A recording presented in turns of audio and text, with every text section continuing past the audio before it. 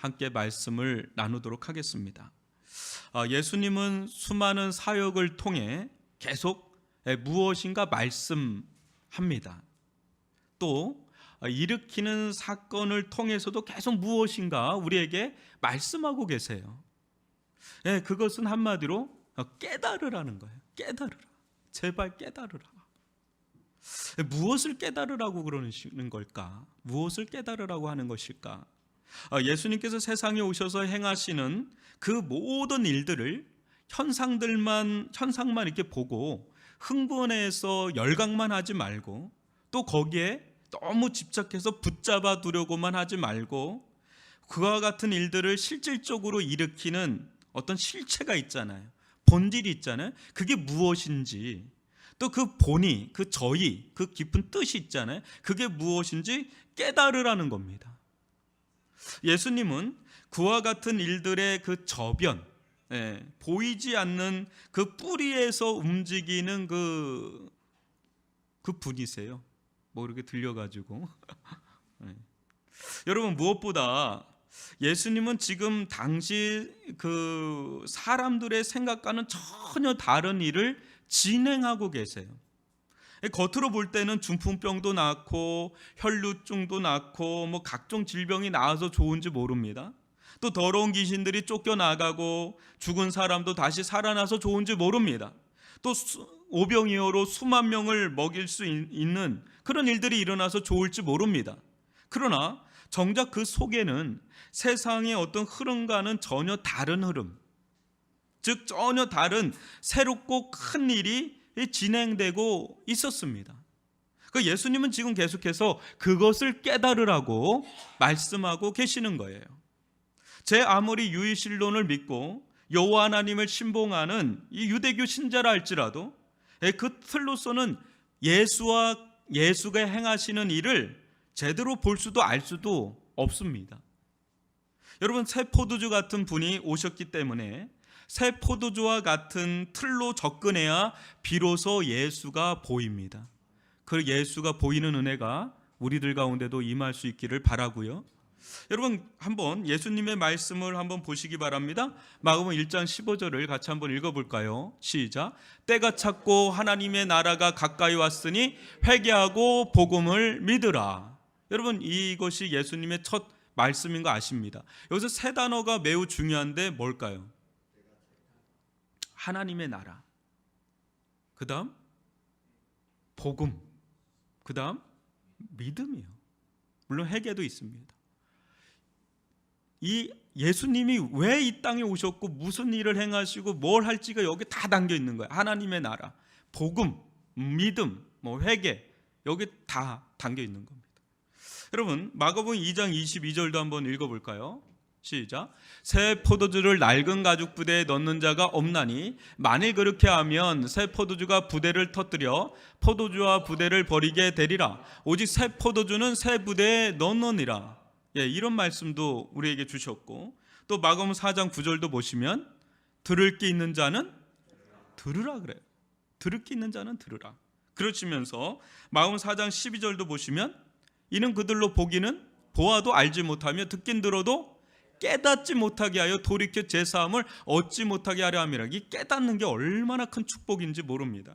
또 마가복음 7장 18절 지난주에 본 거죠. 읽어보겠습니다. 너희도 이렇게 깨달음이 없느냐? 무엇이든지 밖에서 들어가는 것이 능히 사람을 더럽게 하지 못함을 알지 못하느냐? 이게 자기 틀에 꽉 갇힌 자는 그 틀로만 보니 얼마나 제한적이고 한계적이겠습니까? 여러분들은 피카소를 잘 아실 겁니다. 한번 피카소의 그림을 한번 보실까요? 피카소의 그림을 저도 직접 본 적이 있는데, 여러분 어때요? 이게 바이올린과 포도나무 이 그림인데 회개하죠? 희괴하죠? 그죠? 그 무슨 그림인지 좀, 이게 왜 명작입니까 이게 그 피카소 그림이 보통 2천억이 넘는 것도 있어요. 호가하는 게 있어요. 이게 왜 그렇게 비싼 그림일까요? 명작이니까 그렇겠죠. 근데 이렇게 보면 이건 무슨 그림이 이래? 이런 느낌이 듭니다. 근데 여러분, 이 그림을 보시고 또 이집트 벽화를 한번 보세요. 이집트 벽화, 연못이라는 벽화 그림이거든요. 보시면 이것도 좀 이상하죠. 여러분, 이게 어느 각도로 본 걸까요? 위에서 본 걸까요? 옆에서 본 걸까요? 어디서 본 걸까요? 보시면 연못은 위에서 본 겁니다. 근데 그 안에 있는 오리는 어디서 본 거예요? 옆에서 봤어요. 나무는 어때요? 위에서 본 걸까요? 옆에서 본 걸까요? 옆에서 봤죠. 그러니까 만약에 그냥 위에서 봤다면 나무를 저렇게 그릴 수가 없죠. 오리도 마찬가지고 연못처럼 그려야 되는데 또 옆에서 봤다면 연못을 저렇게 그릴 수가 없죠. 그러니까 저 모습을 한 장의 그림에 다 집어넣으니까 이상하게 돼버리는 거예요. 저게 이집트 벽화의 특징인데 뭐냐면 어떤 사물을 볼 때 그 사물의 본질을 가장 잘 볼 수 있는 각도로 그린 거예요. 나무는 옆에서 봐야 제대로 볼 수 있는 겁니다. 근데 연못은 옆에서 보면 안 돼요. 위에서 봐야 연못은 제대로 볼 수가 있는 거예요. 오리는 어디서 봐야 돼요? 옆에서. 사람 얼굴, 여러분 이집트의 벽화를 보면 사람 그림이 이상하게 조합되어 있는 거를 기억하실 거예요. 얼굴은 앞인데 여기 손은 옆으로 그립니다. 손은 옆에서, 이 팔은 옆에서 봐야 제대로 보는 거예요. 정면에서 보는 게 아니에요. 근데 그걸 조합을 하니까 이상한 그림이 되는데 피카소가 그런 겁니다. 이 바이올린을 어떻게 한 측면에서 보는 게 바이올린이겠느냐? 옆에서 보고 뒤에서 보고 앞에서 보고 위에서 보고 그렇게 다 봐야 그게 바이올린이지 한 측면만 보면 그게 바이올린이 아니다. 이렇게 얘기를 하는 거예요. 그러니까 이집트 벽화에 흐름이 있고 서양 미술사에 두 가지 측면이 있는데 그 중에 하나가 이집트 벽화에 그 흐름이 하나가 있는, 그 흐름을 탄 사람이 바로 피카소예요. 그걸 이제 추상화로 그린 건데 이것을 우리에게 뭘 시사하냐면 여러분이 보는 하나의 각도가 그 사물을 다, 그 본질을 다 본다고 그렇게 여기지 말아라는 거예요. 제가 왜 이야기를 할까요? 예수가 유대 땅에 왔습니다. 근데 유대 율법주의 틀로 예수를 보면 한 부분은 보이는데 그분의 전체를 볼 수가 없는데 그들은 마치 자기들이 보는 게 다다라고 생각을 하니까 어때요? 예수님을 심지어 배척하고 왜곡되이 보고 굴절되이 보고 막 이런 일들이 막 일어나는 거예요. 예수를 제대로 못 보는 거예요. 여러분, 우리에게도 사복음서가 있습니다. 예, 그리고 서신서가 있습니다. 그것이 다 종합이 돼야 예수가 보이는 거예요. 우리도 마찬가지예요. 우리가 만약에 예수를, 어떤 사람은 그래요. 예수를 정말 사도 바울처럼 열렬히 사랑하면서 막 살아가는 사람이 있는 반면에 수십 년 동안 예수를 믿는다고 하지만 냉랭하게 사는 믿는 사람도 부지기수입니다. 왜 그럴까요? 자기 인생의 어떤 고정된 어떤 틀, 또 어떤 종교적인 그 틀로만 예수를 보니까 예수를 제대로 깨닫질 못하는 거예요. 예수를 제대로 보고 예수를 제대로 만나고 예수를 제대로 깨달으면 믿음이 생깁니다. 믿음만큼 사람은 변화되고 믿음만큼 사람은 살아가게 돼 있어요. 깨닫는 만큼 사람은 변화되고 살아갑니다. 근데 깨닫질 못하니, 보이질 않으니 그냥 맹숭맹숭할 때가 더러 있는 거죠. 여러분, 예수를 제대로 보고 또 예수님을 만날 수 있기를 바랍니다. 예수님의 말씀을 제대로 깨우칠 수 있기를 바랍니다. 그 길을 따라가는 믿음의 사람이 되기를 바랍니다. 오늘 등장하는 여인은 모처럼 예수님의 마음을 아주 상쾌한 그런 믿음의 사람입니다. 이 여인은 이 마가복음에서 전형적으로 깨달은 자의 표상입니다. 롤 모델이 됩니다. 제자들도 깨닫지 못하던 것을 이 깨달은 자가 이름 모를 한 이방 여인이라는 데서 놀라움을 금할 수가 없습니다. 오늘 말씀을 통해서 믿음의 신세계 안으로 들어가기를 주님의 이름으로 축원합니다. 여러분, 24절을 같이 한번 읽어볼까요? 시작. 예수께서 일어나사 거기를 떠나 두로 지방으로 가서 한 집에 들어가 아무도 모르게 하시려 하나 숨길 수 없더라. 여러분, 겉으로 볼 때는 오병이어 기적도 일어나고 무리를 걷는 기적도 일어나고 하면서 어때요? 수많은 민중들이 열광하며 예수님을 따랐지만 어떻습니까? 예수는 당대 그 권력자들의 표적이 돼서 첨예한 어떤 대립과 갈등에 노출되었습니다. 세상의 힘의 중심부로부터 심한 배척을 받으셔서 결국은 그 지역에 있을 수가 없어서 유대 땅을 떠나십니다. 그리고 간 곳이 지금의 레바논 땅인 그 당시 이방 지역인 두로 지방으로 가신 거예요. 요세푸스에 의하면 이 두로 사람을 우리의 가장 악명 높고 가장 지독한 적으로 그렇게 묘사합니다. 그러니까 유대인들은 이 두로 사람하고 상종을 안 했던 겁니다.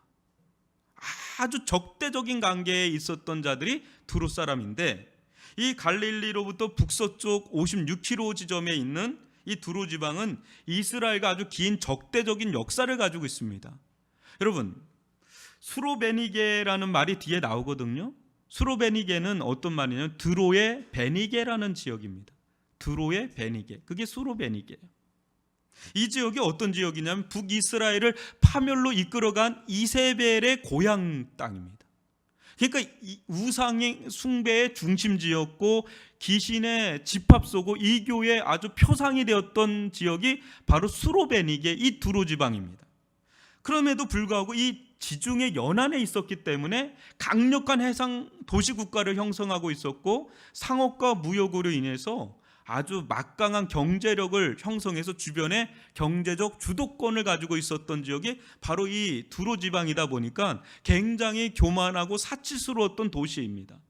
그래서 에스겔서 26장부터 28장 3장에 걸쳐서 선지자 에스겔 선지자를 통해서 얼마나 심판의 메시지가 이제 들려졌던 지역이 이 두로 지방이었다는 걸 보면 아이러니한 겁니다. 그런데 예수님께서 배척을 받은 이 유대 땅을 떠나서 하필 간 곳이 어디예요? 바로 이 두로 지방인 거예요. 가도 이런 곳에 가신 거예요. 그게 이해가 될 수가 없어요. 왜 이쪽으로 갔을까? 다른 갈 곳이 많은데 왜 하필 이곳인가? 성경은 침묵하지만 예수님이 이곳에 가셔서 하려고 한 건 아주 분명합니다. 그게 뭐죠? 다시 한번 말씀 보면 뭐예요? 그냥 아무도 모르게 거기 그냥 운둔하고 싶었던 거예요. 그냥 숨고 싶었던 거예요. 그런데 그것도 잠시예요. 그거 가만히 납두질 않는 거예요. 예수님에 대한 소문이 거기까지 막 미쳐서 사람들이 예수님이 거기 방문했다고 하니까 또 막 오기 시작하는 그런 장면이 연출되는데, 여하튼 예수님은 거기에 치과하고 싶었던 거예요. 그냥 운둔하고 싶었던 거예요. 조용히 있고 싶었던 거예요. 그렇게 본다면 이 두로 지역이야말로 이 유대 당국의 손길을 피할 수 있는 최적의 장소이기도 하다라는 생각이 듭니다. 워낙 적대적인 세력이니까 당국의 손길이 미칠 수가 없어요. 그러니까 예수님이 이곳을 택한 것은 아닌가라는 생각도 또 듭니다. 여튼 그때 이제 한 여인이 등장하는데요. 25절 26절을 저와 여러분이 한 절씩 읽어보겠습니다.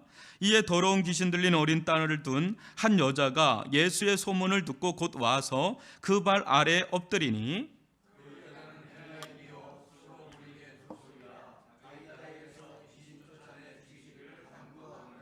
사랑하는 성도 여러분, 이 여인의 간구하는 모습을 주목해 보시기 바랍니다. 여기 그 발 아래 엎드리니 또 간구하거늘 이란 이 말은 모두 동사로 계속적 미완료 형태로 나와 있습니다. 무슨 말입니까 이게? 한 번 엎드려 간구한 게 아니라 계속해서 응답이 떨어질 때까지 계속해서 엎드려서 간구하는 그런 장면을 묘사하고 있는 장면이에요. 무엇이 이 여인으로 하여금 이렇게 끈질기게 간절히 간구하게 한 것일까요? 이 두 가지인데요.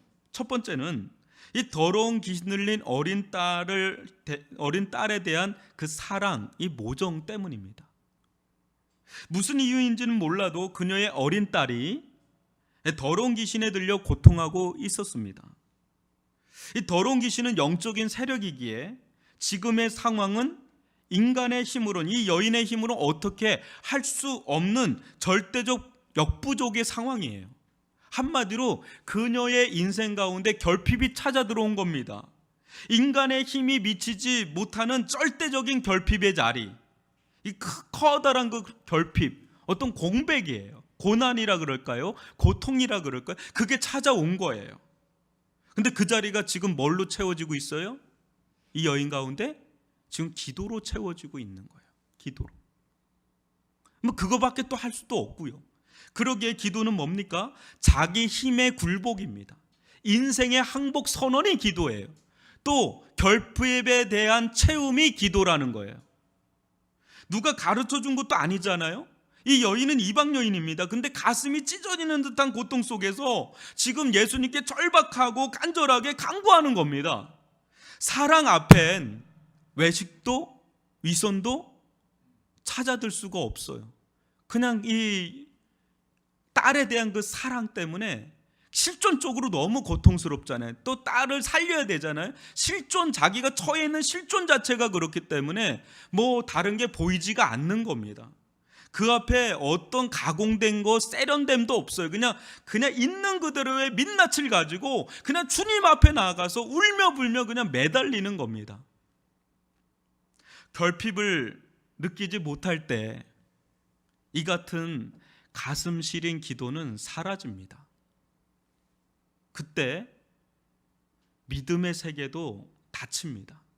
너무 고통의 자리지만 이 고통의 자리가 기도의 자리가 되고 믿음의 자리가 되면서 이 자리는 또 다른 축복의 자리가 되고 측량할 수 없는 은혜와 권능, 영광을 경험하는 자리가 된다고 본다면, 여러분, 우리에게 기도도 필요하지 않는 상황은 그게 편안한 상황인지는 몰라도 정말 위기 중에 위기예요. 지금 우리는 코로나 사태로 인해서 얼마나 많은 어려움을 겪습니까? 이것이 변하여 기도의 자리가 되길 바라고, 기도의 자리가 변하여 믿음의 자리가 되길 원하고, 믿음의 자리가 변하여 주님의 은혜로 채워지는 자리가 되기를 주님의 이름으로 축원합니다.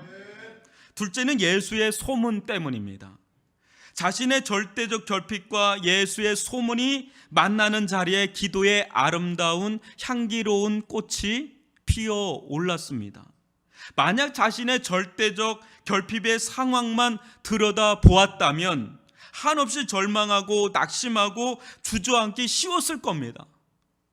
또 자포자기 심정으로 완전히 손을 놓기 쉬웠을 겁니다. 내 문제에 눌려서 도저히 헤어나올 수 없으니 그냥 눌려버리고 주저앉기가 쉬운 거죠. 거기서 한숨만 내쉴 수밖에 없는데, 그러한 때에 어떤 소문이 들려요? 예수의 소문이 이 여인의 귓가에 들리기를 시작하는 거예요. 예수의 소문이 들리자마자 이 여인은 갑자기 그 주저앉았던 마음이 다시금 일어나기 시작을 하는 겁니다. 다시금 그 마음 가운데 소망의 빛을 보게 되는 거예요. 이 예수라면 우리 딸을 살릴 수 있겠다. 이 예수라면 더러운 귀신들을 쫓아냈던 이 예수라면 우리 이 사랑하는 딸을 살릴 수 있겠구나 라는 구원의 빗줄기가, 소망의 빗줄기가 그 여인의 마음 가운데 들어올 때 그 여인은 다시금 일어나게 되었고 그 여인의 마음에 기도의 불을 불지른 거예요. 아멘이십니까? 만약에 그냥 상황만 있었다면 이 여인은 그냥 주저앉았을 겁니다. 근데 거기에 예수의 소문이 들리고 예수의 말씀이 들리니까 이 여인은 그 자리가 기도의 자리로 변하고 믿음의 자리가 변하고 그 속에서 예수님께 나아갈 수 있는 용기와 소망을 얻게 된 겁니다. 믿음이 생기자 이 여인은 어떻게 합니까?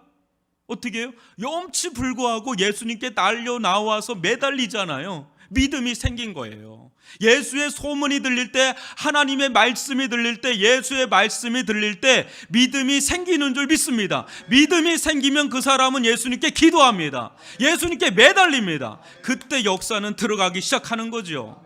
여러분, 이 여인의 프로필이 어떻습니까? 이 여인의 프로필을 보면 예수님께 도저히 나올 수 없는 부정한 사람입니다.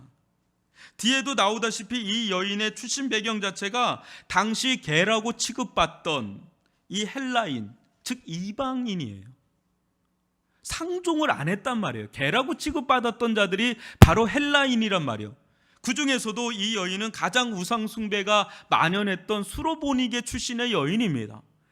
더더군다나 이때 당시는 여인은 그렇게 존중하지 않았던 시대예요. 그러니까 여자예요. 그러니까 부정의 3종 세트를 가지고 있었던, 완벽한 부정의 세트를 가지고 있었던 여자가 바로 이 여인입니다. 그런데요, 예수의 소문과 자신의 그 절박한 상황이 마주하니까 이 모든 부정을 뒤로하고 예수님께 매달릴 수밖에 없는 거예요. 그의 실존이 예수님께 매달리게 한 겁니다. 그런데 신기한 건 뭡니까? 예수는 자신을 배척하는 자에게는 철저히 숨기세요.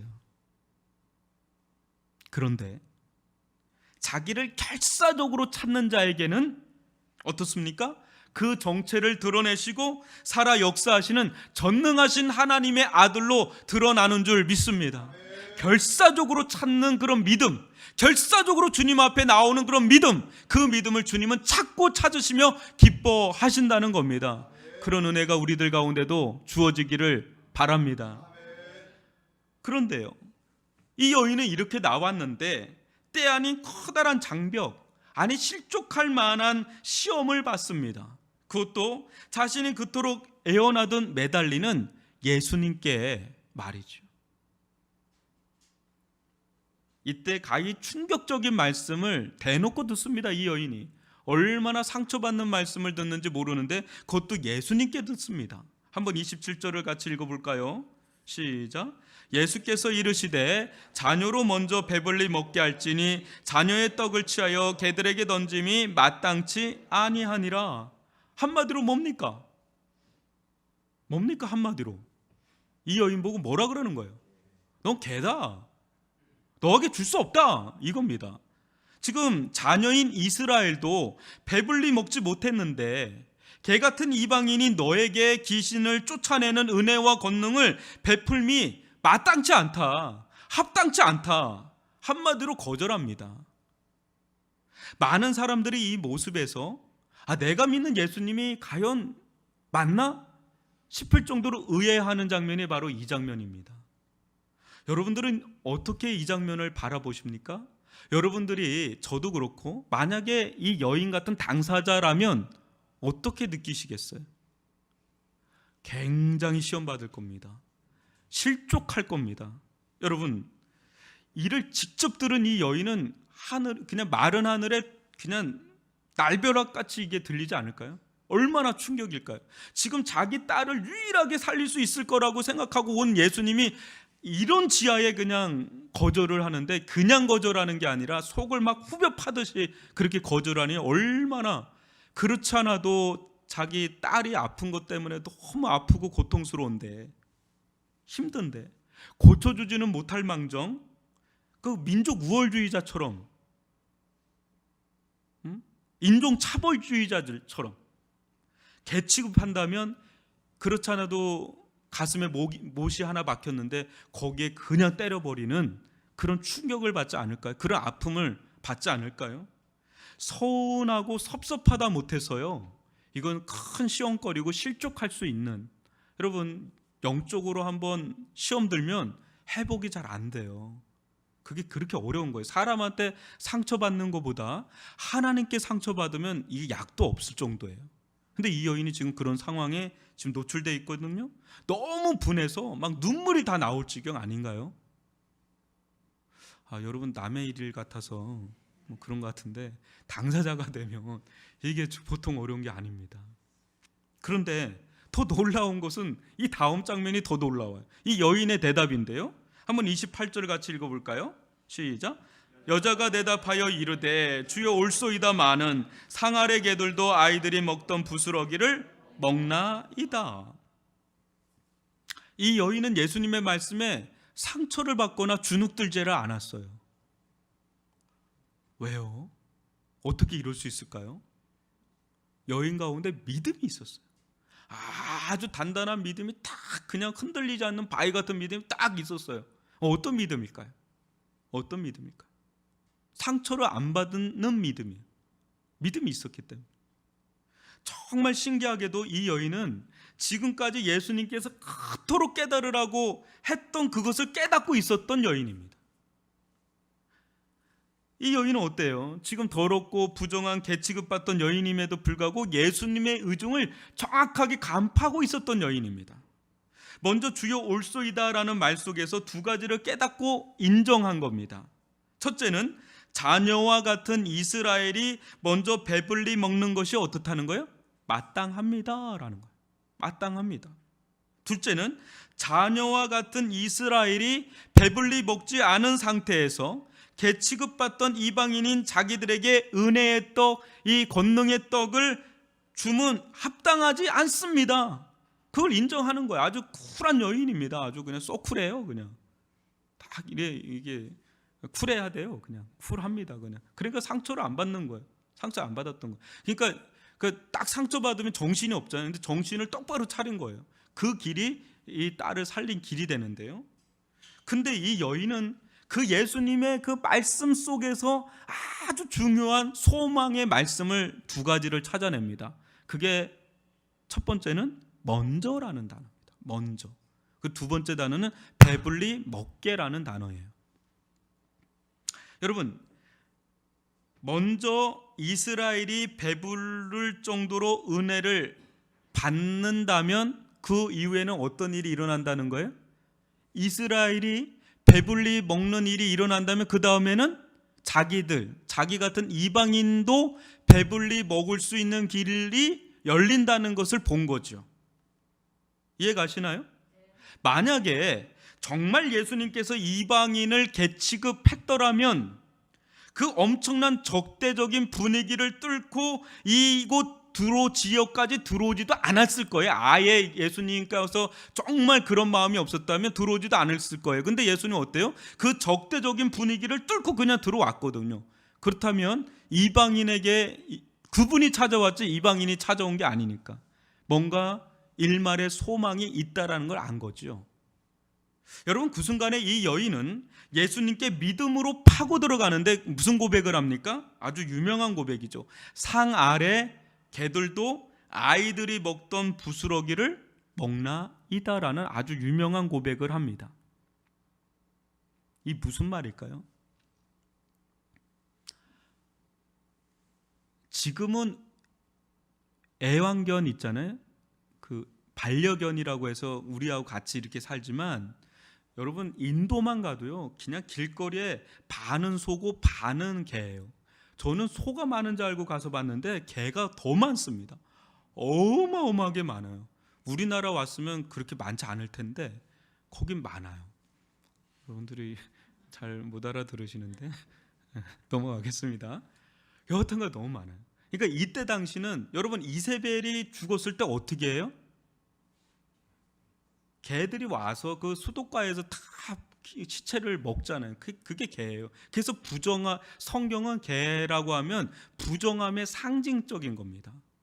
그런데요, 여기서 예수님이 말씀하시고 이 여인이 하는 개는 좀 달라요.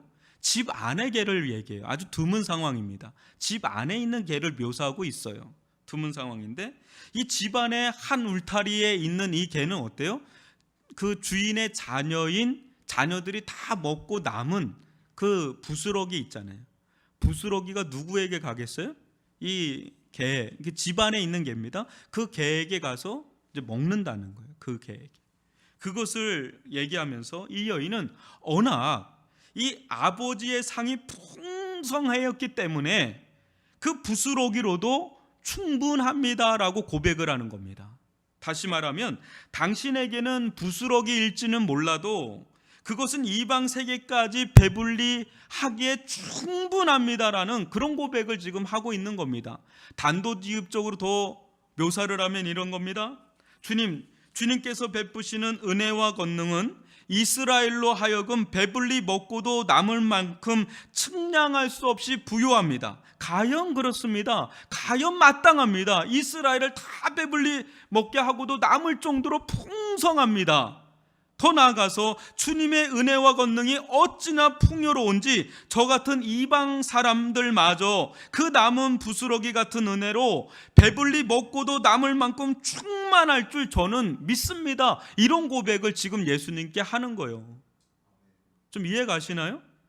지금 이 예수님이 유대인들 뿐 아니라 예수님에게서 흘러나오는 그것이 예수님은 부스러기로 볼지 몰라도 자기들에게는 그게 부스러기가 아니라는 거예요. 자기들을 다 풍성히 하고도 남을 만큼 충만하다라는 그런 믿음의 고백을 하는 겁니다. 이게 얼마나 놀라운 믿음의 고백입니까? 제 아무리 기적을 베풀고 이적을 베풀어도 폭포수와 같은 말씀을 막 쏟아내도 깨닫지 못하고 도리어 배척하고 핍박하던 이 유대인들, 또 지근거리에서 예수님의 그 숱한 기적과 이적을 다 보는 이 아둔한 제자들도 깨닫지 못하던 것을 이 여인은 어떻게 깨달았는지 이것을 깨닫고 고백을 하는데 예수님의 마음을 여름 냉수처럼 아주 시원하게 그냥 막혔던 답답했던 마음을 뻥 뚫리는 그런 고백을 하니 예수님이 얼마나 놀랬겠어요. 얼마나 감동을 받았겠어요. 마태복음에 보면 이 여인의 믿음을 보고 예수님이 얼마나 감동을 하는지 모릅니다. 그래서 여러분 한번 보세요. 가보지도 않았는데 귀신이 떠나가요. 가보지도 않았는데 귀신이 그냥 떠나가는 초자연적인 역사가 일어나는데 29절로 30절 한번 읽어볼까요? 시작. 예수께서 이르시되 이 말을 하였으니 돌아가라. 귀신이 내 딸에게서 나갔느니라 하시매 여자가 집에 돌아가 본즉 아이가 침상에 누웠고 귀신이 나갔더라. 이전에는 예수님 직접 가셔서 말씀하셔서 귀신을 쫓아냈는데 지금은 가지도 않았는데 그냥 나가는 더 놀라운 예수님의 권능을 베푸시는 것을 보게 되죠. 사랑하는 성도 여러분, 여기서 주님의 어떤 본의, 이 진심이 나와요. 진짜 이방인을 개취급한 게 아니라 진짜 이 여인을 시험해서 진짜 믿음의 세계로 들어가게 해서 이방 세계에 정말 주고 싶었던 걸 지금 주는 장면이 오늘 이 장면이에요. 여러분, 예수님께서 이 사건을 통해서 우리에게 주시고자 하는 바가 무엇일까요? 첫째는 지난주에 살펴봤던 것처럼 음식물로 부정하다 정결하다 할 수 없는 것처럼 어떤 민족이냐, 유대인이냐, 헬라인이냐, 이방인이냐 이런 것으로 정결하다 부정하다 할 수가 없다라는 대선언이에요. 이제는 민족 우월주의, 인종차별주의가 필요하지 않다라는 거예요. 사람은 누구나 다 하나님의 절대적 은혜가 필요한 부정한 존재라는 거예요. 헬라인이든 유대인이든 상관없이 누구나 하나님의 절대적 은혜가 필요한 존재다라고 선언하고 있는 겁니다. 그러면서 유대인과 헬라인을 가로막았던 장벽을 다 허무는 거예요. 자유예요. 정말 그야말로 자유입니다. 복음은 인종주의나 민족주의를 뛰어넘는 줄 믿습니다. 하나님의 나라는 어떤 특별한 민족에만 국한된 나라가 아닌 전 세계 모든 인류에게 필요한 나라, 그 나라가 바로 하나님의 나라고 전 세계를 포괄하는 전 유니버셜한 나라가 하나님의 나라인 줄 믿습니다. 그러하기에 사도 바울은 이를 깨닫고 하나님의 깊은 경륜을 깨닫고 고백하며 노래합니다. 로마서 10장 12절 한번 읽어볼까요? 시작. 유대인이나 헬라인이나 차별이 없음이라 한 분이신 주께서 모든 사람의 주가 되사 그를 부르는 모든 사람에게 부요하시도다. 아멘. 이 유대인에게만 부요하신 분이 아니라 그를 부르는 모든 자에게 부요하신 분이 바로 우리 구주 예수 그리스도이신 줄 믿습니다. 차별이 없습니다. 복음은 차별이 없습니다. 복음은 누구에게나 필요합니다. 그리고 누구에게나 들어가는 게 복음이요 하나님의 나라입니다. 놀라운 겁니다. 그것을 예시적으로 보여준 사건이 바로 수로보니게 여인에게 베푸는 이 사건이 된다는 것이죠. 둘째는 예수 그리스도로부터 흘러나오는 은혜는, 하나님 나라의 은혜는 측량할 수 없는 부요와 풍요라는 것입니다. 여기서 배불리 먹게 하다라는 단어는 마가복음에 딱 3번 나옵니다. 어디에 나올까요? 첫 번째는 오병이어 사건에서 한번 나오죠. 그 두 번째는 여기에 나옵니다. 그리고 마지막은 8장에 보면 칠병이어 사건이 나오거든요. 거기에 또 한번 나옵니다. 다 떡과 관련된 겁니다. 풍성하죠. 풍성함을 얘기하는 하나님의 나라, 천국이 어떤 나라인지를 보여주는 사건이 오병이어 사건과 칠병이어 사건인데 지금 그 언어를 지금 이 여인에게 쓰고 있는 겁니다. 여러분, 이게 뭡니까? 하나님의 나라는 너무나 충만하기 때문에, 여러분 충만하면 어떻게 되죠? 지금 마스크가 대란인데 충만하면 어떻게 되죠? 흘러 넘쳐요. 흘러 넘쳐서 끝이 없어요. 다음이 없단 말이에요. 계속해서 흘러나오는 옹단살처럼 계속해서 나오면 그것이 하나의 냇가가 되고 강이 되고 바다가 되는 것처럼 끊임이 없어요. 끊임이 없어요. 그러니까 주님 편에서는 그게 부스러기 은혜일지는 모르지만 주님 안에서 흘러나온 거는 끝이 없는 충만함이기 때문에 유대인뿐 아니라 온 헬라 세계, 온 이방 세계를 다 차고도 덮을 만큼의 은혜다라는 것입니다. 이 넘쳐 흐르는 이 물줄기는 어때요, 여러분? 옛날에 전 시골에서도 막 살면 이렇게 냇가 같은데 또랑 같은 거 막 애들하고 막 그 막으려고 막 물을 막으려고 막 돌멩이 쌓아놓고 막 그냥 모래 쌓아놓고 막 그런데 어때요? 그냥 넘치잖아요. 그러니까 이게 흘러 넘치는 게 계속 너무 충만해서요. 흘러 넘치는 건 막을 수가 없어요. 막을 수가 없고 하나의 물줄기가 돼서 계속해서 어디론가 흘러가는데 그게 유대 땅에서 시작해서 온 유대와 사마리아 땅끝까지 이르러 내 증인이 되리라는 이 사도행전의 역사로 이어지는 것을 우리는 보게 되죠. 그래서 고넬료 가정에 임하게 되고 사도 바울을 통해서 로마 세계 끝까지 지금 가는 그런 은혜가 지금 어디까지 왔습니까? 바로 조선 땅, 이 땅까지 와서 우리에게 임했고 우리에게만 머무나요? 이것은 더 차고도 넘쳐서 우리 전 나라 가운데 다 편만하게 지금 교회가 안 들어선 곳이 없을 정도로 편만할 뿐 아니라 어때요?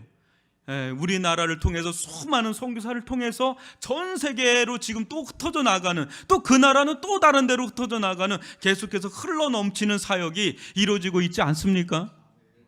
왜 정부가 그렇게 기독교에 대해서, 교회에 대해서 이렇게 문을 좀 닫으라고 하는가는 두 가지죠. 하나는 운집회에 있어서도 있지만 워낙 수가 많아서 또 그래요. 그만큼 우리나라가 그렇게 기독교 복음화가 돼 있지 않습니까? 근데 120, 30년 전만 해도 우리나라는 교회가 없었던 지역이었어요. 이 땅은 정말 샤머니즘과 미신으로 가득 찼던 그런 곳인데 주님의 은혜가 들어올 때 이 나라는 너무나 놀랍게 변화된 것을 보게 되지요. 여러분, 그러므로 다음 없는 주님의 그 은혜의 끝자락은 끝이 없을 정도라는 거죠. 끝이 없어요. 지금 이 여인은 그 주님의 옷자락을 붙잡고 간구하고 있는 겁니다. 여러분 한번 보세요. 로마서 11장 11절로 12절을 저와 여러분이 한 절씩 교독해 보겠습니다. 그러므로 내가 말하노니 그들이 넘어지기까지 실족하였느냐? 그럴 수 없느니라. 그들이 넘어짐으로 구원이 이방인에게로 이르러 이스라엘로 시기나게 함이니라.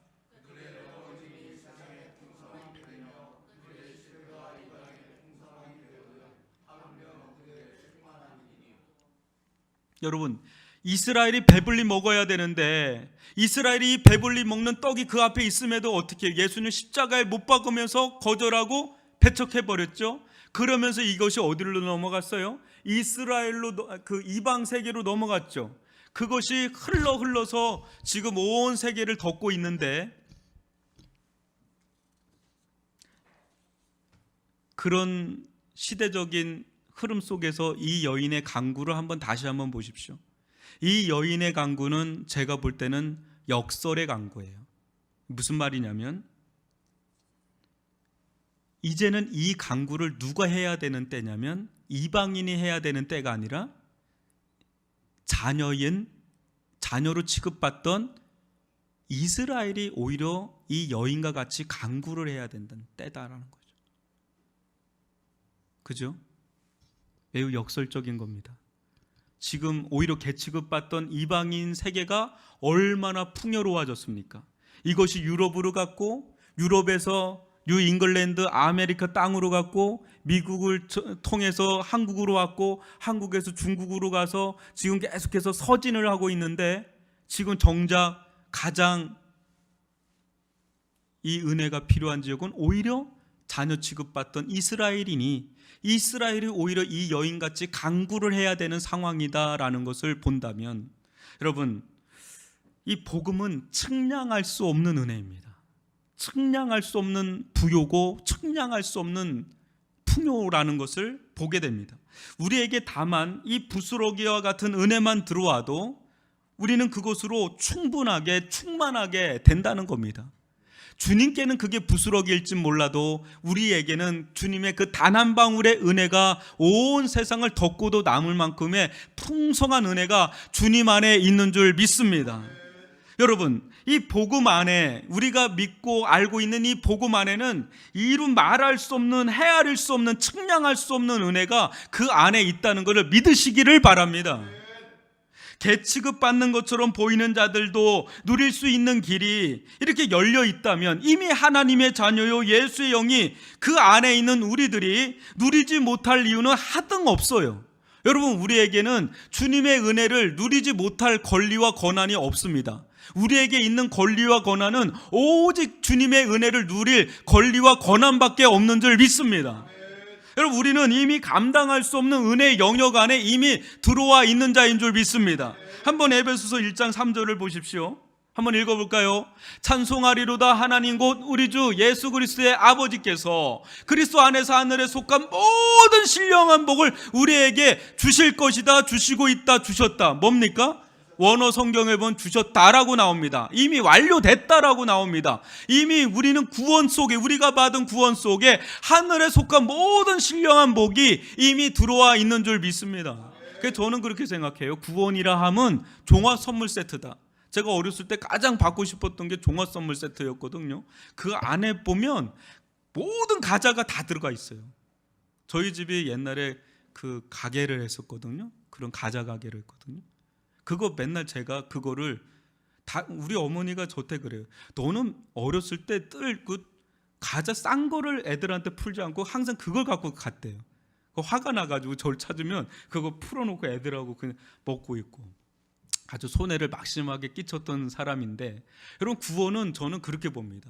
하늘의 모든 신령한 복이 이미 구원 안에 다 있다라는 거예요. 그게 영생 안에 다 있다라는 겁니다. 그 은혜는 측량할 수 없는 은혜요, 부요라는 겁니다. 그것을 믿음으로 누릴 수 있기를 바랍니다. 믿음으로 누리는 자는 그것이 내 안에서 차고도 넘쳐서 다른 이들에게 퍼줄 수 있을 정도로 흘러 넘치는 인생으로 들어가게 되는 줄 믿습니다. 하나님께서 이 땅을 주님의 옷자락으로 덮은 것처럼, 그래서 풍성하게 한 것처럼 주님 안에서 흘러나오는 그 은혜는 우리가 사는 지역과 이 위례 지역과 이 땅을 덮고도 남을 만큼의 풍성한 은혜다라는 것을 우리는 믿어야 됩니다. 주님 안에 은혜와 권능이 샘솟듯이 흘러나오기 때문에 그 주님의 부스러기만한 은혜로도 온 세상을 뒤덮고도 남는다는 것을 믿고 주님 앞으로 주님의 그 옷자락에 파고 들어가는 그런 믿음의 사람들이 되기를 주님의 이름으로 축원하고요. 아울러서 거룩한 그런 축복의 어떤 유통자가 될 수 있기를 바랍니다. 우리들 안에서만 머무는 것이 아니라 우리들 안에 있는 성령께서 계속해서 이 은혜를 흘러 넘치고 차고도 넘쳐서 우리 주변 이웃들에게 이것을 나눠주는, 그럴 때 우리 위례 중앙교회를 통해서 또 조국교회를 통해서 그와 같은 일들이 일어날 때 세상은 정말 참된 은혜와 생명을 경험하게 되고 능력과 권능을 경험하게 될 줄 믿습니다. 겉으로 볼 때 예수님은 작아 보일지 모르지만 그 안에는 충만함이 있다는 걸 믿으시길 바라고, 그 안에 파고 들어가는 이런 이방 여인과 같은 그 믿음의 길로 나아갈 수 있기를 바랍니다. 아울러서 이 은혜가 오늘날 코로나로 인해서 시름시름 앓고 있는 우리 대한민국 땅을 덮어주셔서 위로하여 주시고 안위하여 주시고 주님의 은혜로 덮어주시고 권능으로 덮어주셔서 이 코로나의 이 모든 바이러스가 속히 떠나갈 수 있게 해달라고, 주님의 권능을 베풀어 달라고 우리 기도하는 저와 여러분이 되기를 바랍니다. 제가 잠시 기도하겠습니다.